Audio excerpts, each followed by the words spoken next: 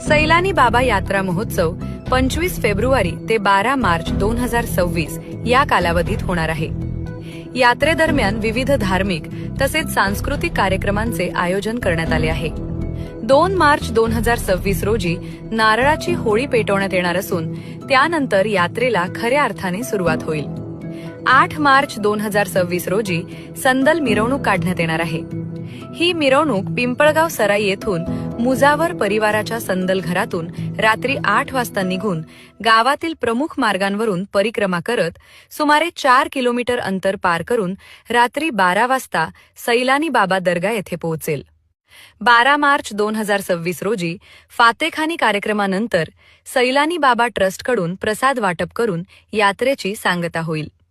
सैलानी बाबा दर्गा हे सर्व जाती धर्मीय भाविकांचे श्रद्धास्थान असल्याने यात्रेत बुलढाणा जिल्ह्यासह मराठवाडा